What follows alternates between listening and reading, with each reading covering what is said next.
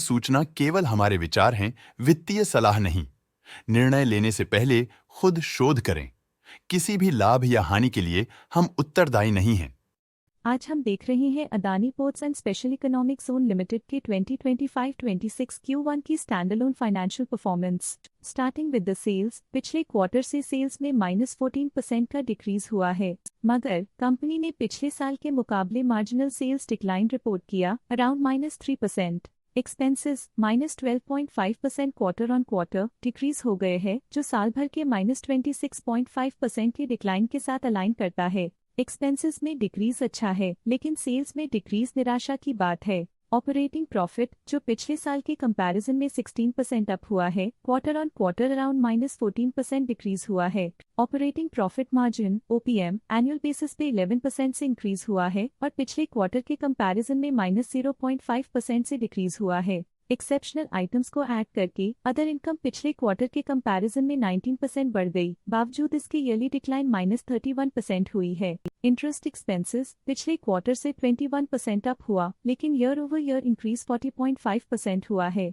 Depreciation costs में quarterly -4.5% का decline देखने को मिला और ईयरली बेसिस पे -0.5% का डिक्रीज देखा गया। Profit before tax annually -33% decrease हुआ, लेकिन प्रोसीडिंग क्वार्टर से -26% डिक्रीज हुआ है। इस साल कंपनी ने 29% टैक्स पे किया और क्वार्टरली कंपनी ने 31% टैक्स पे किया है। नेट प्रॉफिट ने ईयर ऑन ईयर -35% का डिक्लाइन दिखाया, लेकिन लास्ट क्वार्टर से -28% का कंट्रैक्शन हुआ है। इस क्वार्टर के दौरान कंपनी का परफॉर्मेंस इतना अच्छा नहीं रहा।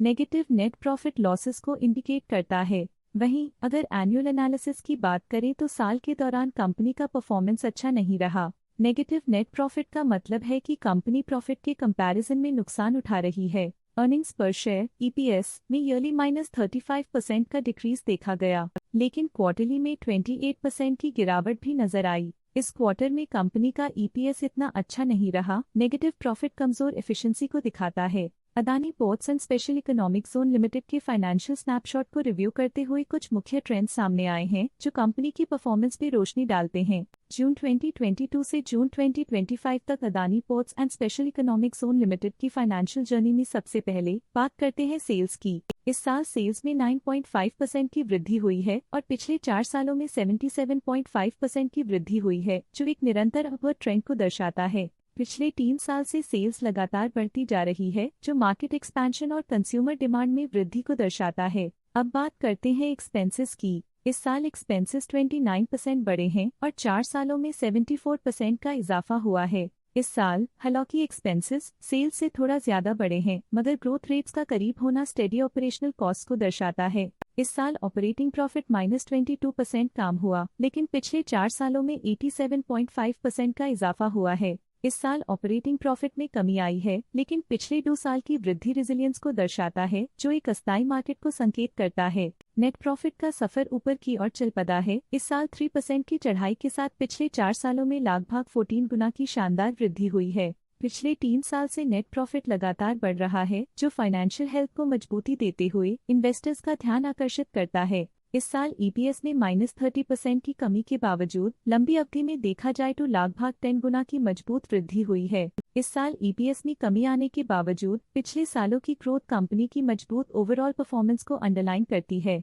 चलिए अब बात करते हैं शेयर होल्डिंग पैटर्न की। अदानी पोर्ट्स एंड स्पेशल इकोनॉम की शेयर होल्डिंग रिपोर्ट्स कुछ इस प्रकार की हैं, जो अननोन 2025 के तक चलता है। ये रिपोर्ट कंपनी के शेयर्स की डिटेल्ड जानकारी देता है, जिसमें promoters, promoter groups, foreign investors, public investors और सरकारी एंटिटीज शामिल हैं। पब्लिक हेल्थ शेयर्स का परसेंटेज 2025 के में 5.95% से 2025 के में 5.45% तक डिक्रीज हो गया। इस डिक्रीज से साफ है कि इस टाइम पीरियड में कंपनी में पब्लिक का हिस्सा डिक्रीज हुआ है। जब कंपनी के शेयर्स का अधिकतम हिस्सा प्रमोटर्स, FII, DII या गवर्नमेंट के पास होता है, तब ये माना जाता है कि कंपनी मजबूत हाथों में है, जो स्थिरता और मजबूत समर्थन को दर्शाता है और इस मार्केट की स्थिरता बनी रहती है। DII डोमेस्टिक इंस्टीट्यूशनल इन्वेस्टर्स ने अपना शेयर होल्डिंग 2025 में 14.73% से 2025 में 15.14% तक इंक्रीज किया। ये बताता है कि डोमेस्टिक इंस्टीट्यूशंस ने कंपनी में अपना इंटरेस्ट 0.41% तक इंक्रीज किया है। FII, फॉरेन इंस्टीट्यूशनल इन्वेस्टर्स ने अपना शेयर होल्डिंग 2025 में 13.43% से 2025 में 13.52% तक इंक्रीज किया। ये बताता है कि फॉरेन इंस्टीट्यूशंस ने कंपनी में अपना इंटरेस्ट 0.09% तक इंक्रीज किया है। ये था कंपनी का करंट शेयर होल्डिंग पैटर्न। इस सेगमेंट में हम आपको ले चलते हैं इस क्वार्टर के कुछ विशेष DII डील्स की ओर। 14 जुलाई 2025 को the MTBJ limited as trust for government pension investment fund MTBJ 4000045849 ने 2 लाख शेयर्स इन्वेस्ट किया 1431.7 रुपीस पर यूनिट के हिसाब से, जिसका टोटल था 28.4 करोड़। 14 जुलाई 2025 को the MTBJ limited as trust for government pension investment fund MTBJ 4000045828 ने 2 लाख शेयर्स एग्जिट कर लिए 1431.7 रुपीस पर यूनिट के हिसाब से, जिसका टोटल था 28.4 करोड़। आशा है कि ये DII डील्स के इनसाइट्स आपको स्टॉक मार्केट समझने में मदद करेंगी। अब नजर डालते हैं Adani ports and special economic zone के स्टॉक रिकमेंडेशन पे। इस स्टॉक का करंट प्राइस 1200.9 रुपीस चल रहा है। मोतीलाल ओसवाल ने स्टॉक की बाय रिकमेंडेशन दी थी।